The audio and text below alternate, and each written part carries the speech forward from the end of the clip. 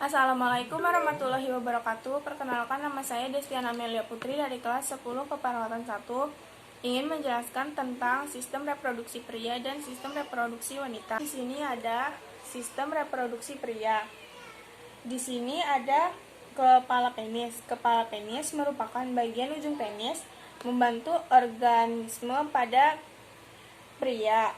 Lalu di sini ada lubang penis yang berfungsi untuk tempat keluarnya sperma dan urin.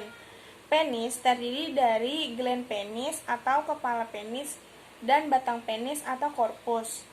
Penis berfungsi sebagai alat untuk berhubungan seks atau keluarnya urin dan juga tempat keluarnya sperma.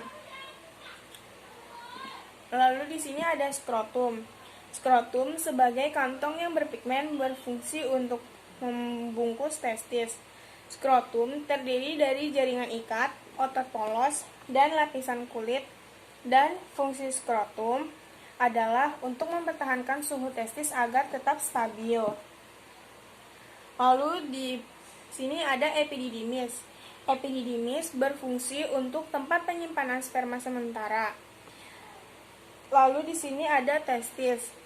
Testis berbentuk oval agak gepeng dengan panjang sekitar 4,5 cm dan diameter sekitar 2,5 cm. Dan pada bagian dalamnya berisi tubulus seminiferus. Fungsi testis adalah untuk memproduksi sperma dan hormon testosteron. Lalu di sini ada vas deferens, merupakan saluran yang menghubungkan epididymis dan uretra. Vas deferens memiliki fungsi untuk mengangkut sperma dan epididymis menuju kantung sperma. Lalu di sini ada uretra.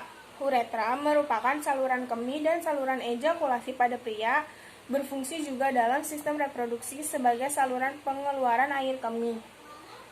Lalu di sini ada kelenjar prostat. Kelenjar prostat berbentuk bulat yang mengelilingi bagian pangkal saluran uretra. Fungsi utama kelenjar prostat adalah mengeluarkan cairan yang melindungi dan menutrisi sperma. Lalu di sini ada kandung kemih. Fungsi kandung kemih adalah menyimpan urin hingga waktunya dikeluarkan oleh tubuh. Lalu di sini ada vesika seminalis. Vesika seminalis terletak di belakang kandung kemih, tepatnya di atas kelenjar prostat dan di depan rektum. Fungsi vesika seminalis adalah menghasilkan air mani yang bersifat lengket. Lalu di sini ada reproduksi wanita interna. Di sini ada vagina. Vagina adalah saluran yang menghubungkan serviks dengan bagian luar tubuh. Fungsi organ satu ini adalah sebagai jalan lahir bayi saat persalinan, serta tempat keluarnya darah saat menstruasi. Lalu di sini ada ligamen ovarium, adalah serat ligamen yang menghubungkan antara ovarium dengan wilayah permukaan lateral pada rahim. Fungsinya adalah sebagai penghubung dan tempat bergantungnya ovarium ke wilayah rahim. Lalu di sini ada oviduk. Oviduk adalah dua buah saluran yang sangat halus yang menghubungkan ovarium mamalia betina dengan rahim. Fungsinya adalah untuk membawa sel telur dari ovarium ke rahim. Lalu di sini ada endometrium. Endometrium merupakan lapisan terdalam dari rahim. Fungsinya sebagai tempat embrio berimplantasi dan berkembang menjadi bayi.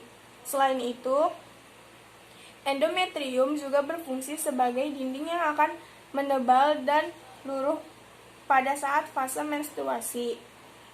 Lalu di sini ada badan uretus, merupakan tempat bernaungnya janin selama dalam masa kehamilan. Fungsi uretus pada wanita adalah untuk menerima sel telur yang dibuahi yang akan berubah menjadi janin dan akan menahannya selama perkembangan. Lalu di sini ada ovarium yang berukuran sebesar biji kenari yang merupakan bagian dari sistem reproduksi wanita. Ovarium berfungsi menghasilkan sel telur tiap bulan mulai dari masa pubertas hingga menopause, serta memproduksi hormon estrogen dan progesterogen. Lalu di sini ada serviks. Serviks membentuk jalan di antara uretus dan vagina yang berbentuk silinder. Dan di sini ada otot dinding uretus, merupakan bagian uretus yang memegang peranan penting dan terdiri atas banyak jaringan otot. Lalu selanjutnya ada reproduksi wanita eksterna. Di sini ada labia majora, merupakan 2 lipatan besar jaringan lemak yang tertutup kulit yang banyak mengandung kelenjar sebase. Di sini ada labia minora, merupakan 2 lipat kecil kulit yang tipis terletak di antara labia majora. Terus lalu di sini ada mons pubis. Mons pubis yaitu bagian terluar dari organ reproduksi pada perempuan. Bagian ini berbentuk segitiga yang melindungi tulang kemaluan atau simfisis pubis. Lalu di sini ada klitoris. Klitoris merupakan tonjolan kecil yang mengandung ujung saraf sensorik dan jaringan erektif yang fungsinya sama dengan penis pada laki-laki, yaitu akan terisi darah dan terjadi ereksi jika terdapat rangsangan, tetapi tidak memiliki fungsi reproduksi yang penting. Lalu di sini ada uretra. Uretra adalah saluran yang mengalirkan urin dari kandung kemih untuk kemudian dikeluarkan dari tubuh. Lalu di sini ada himen. Himen adalah selaput darah yang tidak menutupi seluruh liang vagina. Lalu di sini ada orificium vagina, yaitu suatu celah yang terdapat di bawah belakang muara uretra.